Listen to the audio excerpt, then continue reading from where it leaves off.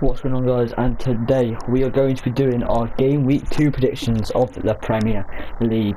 Obviously this is going to be a weekly series. First game week was alright, but let's hop into game week number 2. We've got some exciting fixtures this week. I'm pretty excited. The Premier League's back, what can I say? You know what I mean? Alright, for game number 1, it's Nottingham Forest at home against Sheffield United. Now, Nottingham Forest last week, obviously they lost to Arsenal 2-1. Anthony Elanga came on and scored a constant in that game. Came on only in about a few minutes. Obviously got in a goal, which was pretty good. It was either a goal or I forgot. But yeah, it was Arsenal. So to only lose by 1 goal is definitely not a bad result for Forest. I like Steve Cooper. I like what he's doing with the club. And on the other side, I just don't think Sheffield United is good enough for the Premier League. I think they've got the weakest. Team in the league. I do think Luton is better, not on paper, but team-wise, I reckon Luton is better than Sheffield United. I just don't see this going Sheffield United's way. I reckon another goalless game for Sheffield United. I'm reckoning a 2-0 win for Forest. The next fixture would be Luton at home at Kenilworth Road against Burnley. But Luton Town's stadium, Kenilworth Road, is not ready for Premier League games yet. It's still under construction or whatever. So we're going to skip on to Liverpool at home versus Bournemouth. Obviously, last time we had this fixture, it did not end well. 9-0, one of the biggest Premier League wins of all time. I personally think that Bournemouth's game last time, they obviously drew against West Ham United. We only saw glimpses of what that new manager can do. I still think they've made a mistake sacking Gary O'Neill, but he seems like a decent manager. Obviously when the tactics come in, things might start falling into place. I still think Liverpool are going to walk this game. Liverpool have a really strong squad. They have lost out on Moises Caicedo, and they have lost out on Romeo Lavia, so that midfield still needs a lot of depth going for a big transition stage in that area. But despite that, I still think Liverpool will walk this game. I think Bournemouth will get a goal, but I don't think it'll be close. I think it'll be 4-1 to Liverpool. Next is Wolves at the Molineux against Brighton. You know, when I looked at this fixture about a week ago, I personally thought that Wolves were going to get smashed. I did not have much confidence in Wolves, but after they signed Gary O'Neill, and after they had that Man United game, which was a loss, a 1-0 loss, but they had so many chances. They absolutely outplayed Man United. They deserved to win that game, if I'm honest with you. I think they played really well. Gary O'Neill has brought a new attacking-minded football into Wolverhampton, which obviously is not what they usually do. We've got players carrying the ball. João Moutinho did a really good job that game. I think Cunha nearly got his goal. He had so many chances, but I think if you keep giving them chances, Cunha will bag quite a few this season.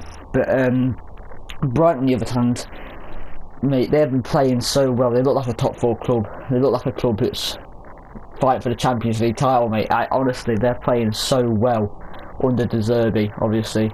Even losing Caicedo, I don't think they're going to struggle, because every year they lose top quality players and they just bring them back. They lost Basuma, they lost Cucurella last year.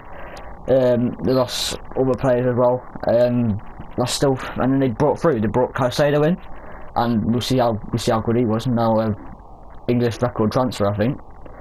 They've got McAllister, they've just let go of, but I think we've replaced them pretty well. They've got João Pedro, who's banging in goals in the first game against Luton.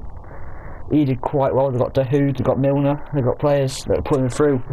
I think this will be a closer game than people think, because Wolves are playing quite well, at least what we've seen in the first game. I think Brighton are going to nick it at the end though. I'm reckoning a 3-2 win for Brighton. Pretty big game. Next match is Fulham at Craven's Cottage against Brentford. Now, I think Fulham, what was their last game? I need to check their last game. I think it was against Everton. The 1-0 win, which to be fair, Everton did deserve to win. They just could not finish their chances. They played well, but Fulham did nick it at the end. So this is where the Corver Breed it was who scored the winner there. Obviously, Fulham have got a decent manager, haven't they?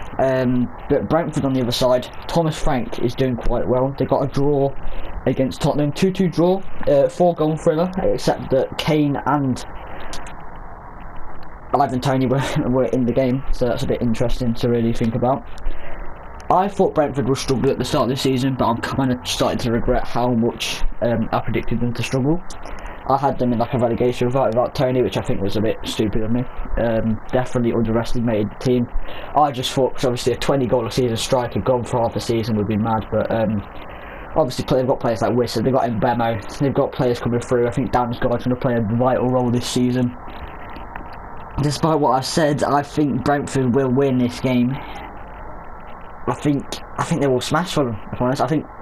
I'm not going to smash them, but I'm going to say 2-0. 2-0 Brentford. Whew. One of the biggest games of this game week is Tottenham Hotspur against Manchester United. And fun fact, Manchester United have never lost at the Tottenham Hotspur Stadium, which is where they are playing on that Sunday. I think it is. It's Saturday. On that Saturday. Obviously, last game, Spurs drew against Brentford, which is a decent start for Andrzej Postecoglou.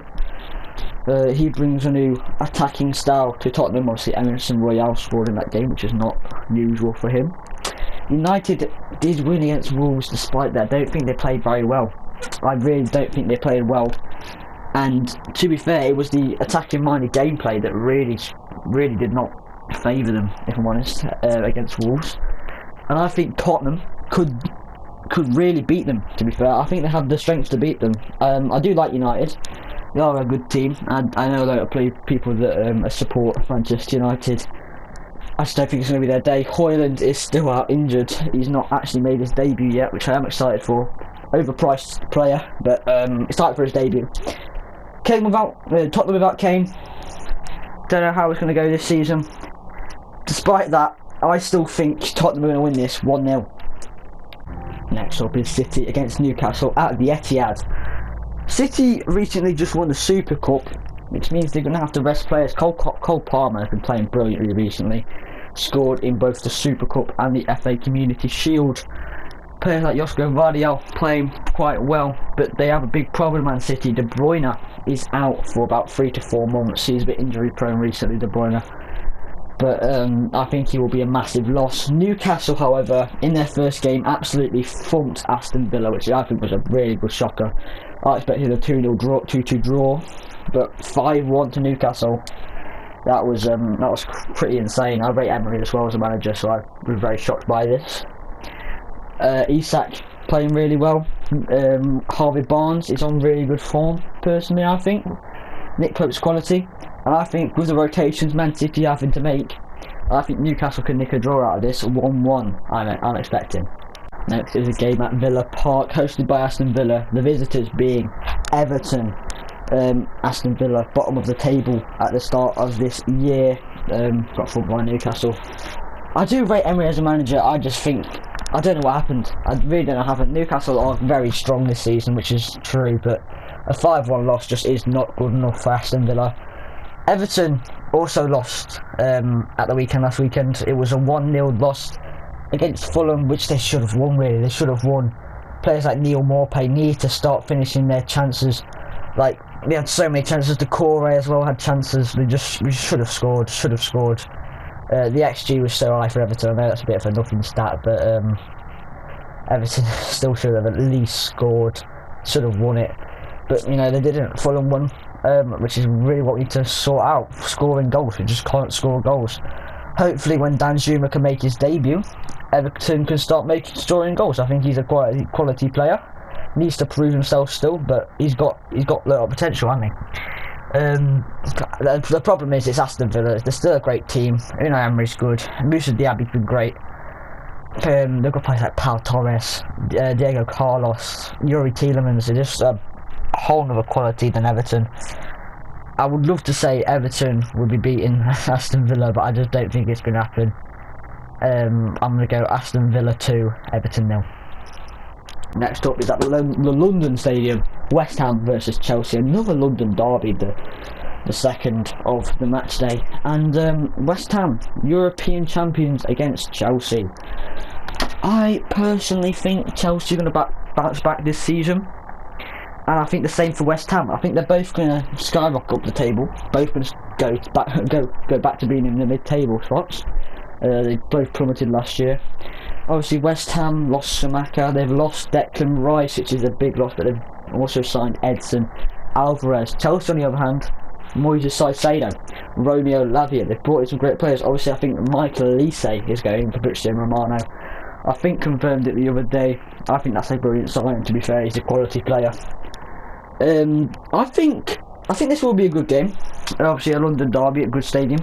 But I think Chelsea are another level. They're starting to link up. They played well against Liverpool.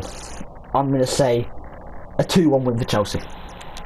And the last game, another London derby, and it is Crystal Palace of South London versus Arsenal of North London. Now, Palace have lost two main players, Michael Olise and Wilfried Zaha. I think that's really going to hurt them this season. I think they can still retain their normal 12th place.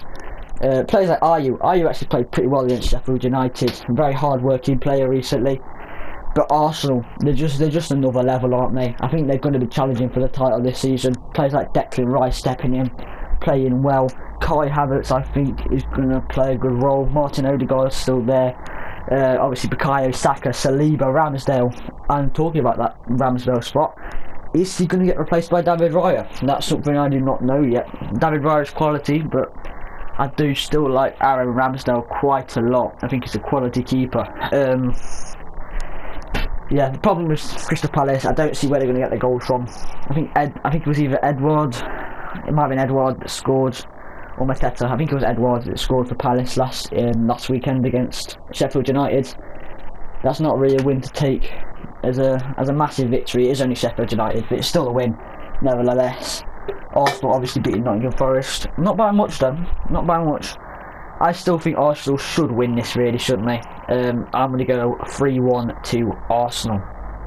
That is the end of the Game Week 2 predictions. Am I a mug? Am I a genius? Comment down below, and I will see you in the next one. Goodbye.